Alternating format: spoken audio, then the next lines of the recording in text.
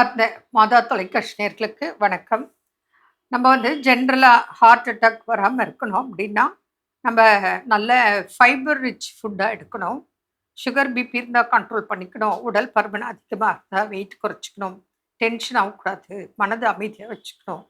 Fibre rich food எடுக்கும்போது நல்லது. அதாவது ஒரு நாளைக்கு 20 டு 25 கிராம் ஃபைபர் நிறைந்த உணவுகள் நமக்கு டெய்லி தேவைப்படுது. அப்படி பார்க்கும்போது நமக்கு தானியங்கள், பருப்பு வகைகள், பழங்கள், காய்கள், கொட்டை வகைகள் இதிலெல்லாம் நமக்கு நிறைய ஃபைபர் ரிச் ஃபுட்டாக இருக்குது. நார்ச்சத்து நிறைந்த உணவுகள். இப்போ ஓட்ஸ் இருக்குது, கம்பு, ராகி, சோளம், முழு கோதுமை இதிலெல்லாம் ஃபைபர் ரிச். அப்போ அந்த கோதுமையை உடைச்சி ரவை மாதிரி பண்ணிட்டு அதில் நம்ம உணவு தயாரித்து சாப்பிடலாம். அதே போல் தான் மற்ற தானியங்களும். பருப்பு இருக்கு, துவரம் பருப்பு, கொண்டக்கடலை, ராஜ்மா, பட்டாணி இதெல்லாம் நம்ம வேக வச்சு சுண்டல் மாதிரி சாப்பிடலாம். கொஞ்சம் பருப்பு சேர்த்துக்கலாம், சாம்பார் சேர்த்துக்கலாம், இல்லை பருப்பு ரசம் வச்சுக்கலாம், அப்படி சாப்பிடலாம். பழங்களில் பார்த்திங்கன்னா கொய்யாப்பழம், ஆப்பிள், பேரிக்காய், ஆரஞ்சு, வாழைப்பழம் இதெல்லாம் எடுத்துக்கலாம். பப்பாளி, அதாவது ஒரு நேரம் சமைக்காத உணவுகள் பழங்களாக கூட நீங்கள் எடுத்துக்கலாம். இல்லை 2 நேரம் கூட ஃப்ரூட்ஸ் அண்ட் ரா வெஜிடபிள்ஸ் எடுத்துக்கலாம். அப்போ பார்த்தீங்கன்னா சமைக்கிற வேலையில் சமைக்கும்போது காரம், புளி, உப்பு, எண்ணெய், நெய், மசாலா சேருது. அப்போ உங்களுக்கு ஏற்கனவே கொலஸ்ட்ரால், ஹார்ட் ப்ராப்ளம் எல்லாம் இருக்குன்னா அந்த மாதிரி உணவுகளை சமைத்து சாப்பிட்றத விட பச்சையாக சாப்பிடும்போது உங்களுக்கு விட்டமின்ஸ், மினரல்ஸு, நார்ச்சத்து எல்லாம் உங்களுக்கு மிகுதியாக கிடைக்குது.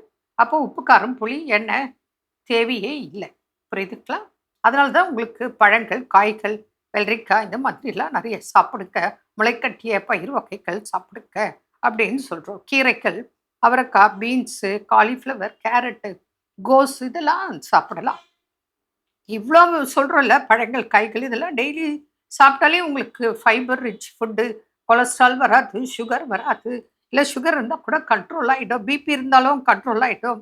அதே போல் பாதாம், பிஸ்தா சாப்பிடலாம். எள்ளு சாப்பிடலாம். கொலஸ்ட்ரால் வராது. Fibre rich food. உடம்புக்கு நல்ல ஆரோக்கியமானது. மேலும் வயிறும் ஃபுல்லான மாதிரி இருக்கும். அடிக்கடி பசிச்ச மாதிரி இருக்காது. செரிமானமும் ஆகும், டைஜஷனும் ஆகும். அப்புறம் கெட்ட கொழுப்பை கரைச்சிடும்.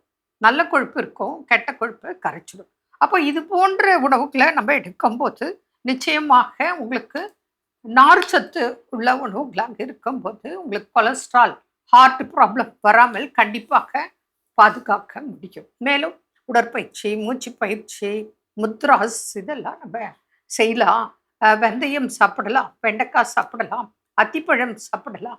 நிறைய, அதாவது 2 நேரம் காய்கறி, கீரைகள், பழங்கள், நீங்கள் பழச்சாறுகள், கீரை ஜூஸு இது போல் நீங்கள் எடுக்கும்போது, சில கஷாயங்கள் அதெல்லாம் எடுக்கும்போது உங்களுக்கு ஹார்ட்டுக்கு அந்த இரத்த குழாய்களில் கொழுப்பு படியாமல் நல்ல பிளட் சர்க்குலேஷன் போகிறதுக்கு நார்ச்சத்துள்ள உணவுகள் நிச்சயமாக தேவைப்படும். அந்த வகையில் இதெல்லாம் நம்ம கடைபிடித்து கூட மனதை கொஞ்சம் அமைதியாக வச்சுக்கிட்டோன்னு சொன்னால் ஹார்ட் ப்ராப்ளம் வராது.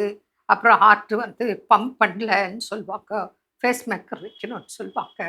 அப்புறம் இரத்த குழாய்கள் அடைப்பு, அதனால் ஸ்டண்ட் வைக்கணும்னு சொல்லுவாங்க. அப்புறம் நிறைய அடைப்பு இருக்குது, உங்களுக்கு பைபாஸ் தான் பண்ணணும் அப்படின்லாம் சொல்லுவாங்க.